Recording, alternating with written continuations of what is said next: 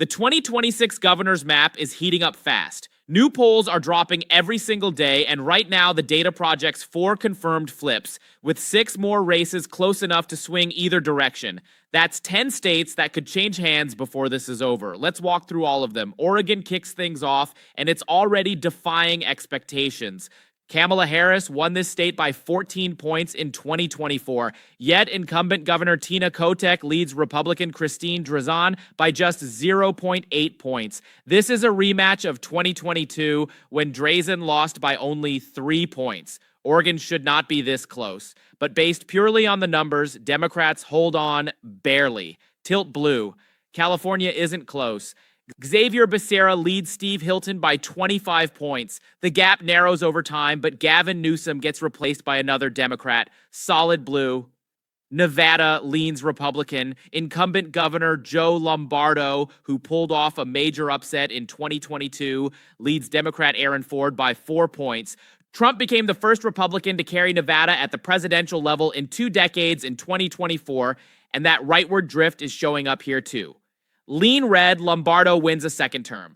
Arizona leans Democratic, but only barely. Katie Hobbs leads Republican Andy Biggs by 4.3 points. She won her first term by less than a point, and Trump carried Arizona by 5.5 points in 2024. So this is far from safe. Based on current numbers, lean blue. Idaho and Wyoming are both safe red. Brad Little wins a third term easily. Megan Degenfelder replaces the term-limited Mark Gordon in Wyoming without drama. South Dakota goes solid red. Larry Roden rebounded from a shaky primary situation and will hold the seat comfortably in November.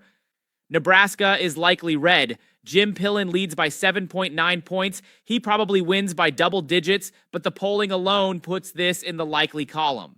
By the way, please leave your questions or comments in the comments section.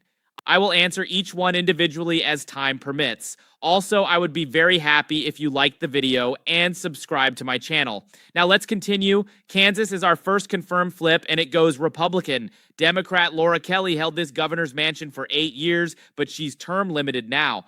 Republicans are favored at roughly 75% odds on the markets to take it back with Ty Masterson as their nominee.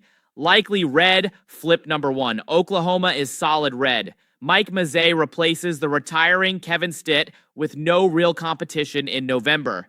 Texas isn't going anywhere. Greg Abbott is running for a historic 4th term, which would make him the longest-serving governor in Texas history. He leads by 6.7 points and has been winning statewide for 2 decades. Likely red. Colorado goes likely blue. Phil Weiser, the state attorney general, won a competitive Democratic primary over Michael Bennet and wins comfortably in November, replacing the term-limited Jared Polis. New Mexico is also likely blue. Former Interior Secretary Deb Haaland replaces Michelle Lujan Grisham and wins by around 10 points. Hawaii is safe blue. Josh Green wins his 2nd term easily in one of the most Democratic states in the country. Alaska leans red. Mike Dunleavy is leaving office, and the replacement race features a crowded field.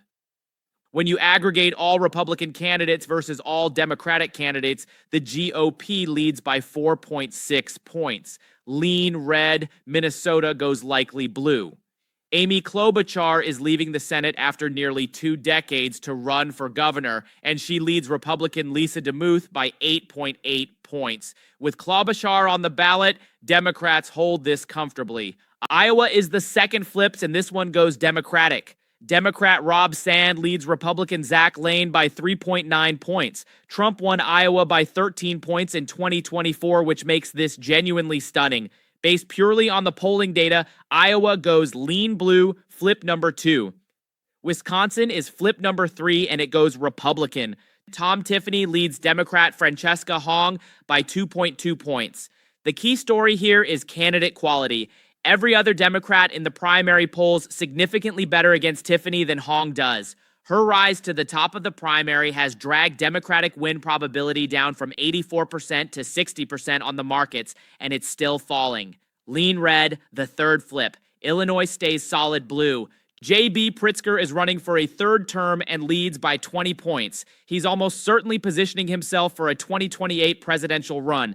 Darren Bailey doesn't stand a chance. Michigan leans blue, but it's close. Jocelyn Benson leads Republican John James by just 3.4 points in the race to replace Gretchen Whitmer. Trump carried Michigan in 2024, and James is a strong candidate. This race genuinely could go either way. Based on polling alone, lean blue. Ohio tilts red. Vivek Ramaswamy leads Democrat Amy Acton by under 1 point, but Ohio polling almost always understates Republican support. Trump won the state by 11 points in 2024. Ramaswamy likely wins by a wider margin than the polls suggest. Tilt red. Pennsylvania isn't competitive. Incumbent Josh Shapiro leads by nearly 20 points, seeking a second term. Pennsylvania loves re-electing its governors. Solid blue. Maryland is safe Democratic. Wes Moore wins a second term without breaking a sweat. New York goes likely blue. Kathy Hochul leads by 12.5 points. She wins. But the days of 20-point Democratic margins in New York are clearly over. Vermont stays with its Republican governor. Phil Scott is running for his fifth two-year term and leads by 16 points. He won his last race by 52 points. Vermont is the most liberal state in the country and still keeps re-electing a Republican governor by enormous margins, likely red. New Hampshire goes likely red as well. Newly elected Governor Kelly Ayotte leads by 7.3 points, seeking her second term, replacing Chris Sununu, who departed early last year. Maine goes likely blue. Democratic nominee Hannah Pingree, the former State House Speaker, wins by somewhere between 5 and 10 points in the general. Massachusetts is safe blue. Maura Healey leads by 23 points, seeking a second term. Not remotely close. Connecticut goes likely blue. Ned Lamont isn't particularly popular, but still leads by 13 points over Republican Ryan Fazio. Third term incoming, Rhode Island is solid blue, though the nominee is changing. Incumbent Dan McKee is trailing in primary polling by 21 points. Helena Foulkes is the overwhelming favorite to be the Democratic candidate at 96% odds. She wins the general easily. Arkansas is safe red. Sarah Huckabee Sanders wins a second term without drama. Tennessee is solid red. Marsha Blackburn is leaving the Senate to run for governor and leads by 22 points. This isn't a race. Alabama is solid red. Tommy Tuberville leads Doug Jones by 15 points in a rematch of their 2020 Senate race, which Tuberville won by roughly 20 points. Similar result expected here.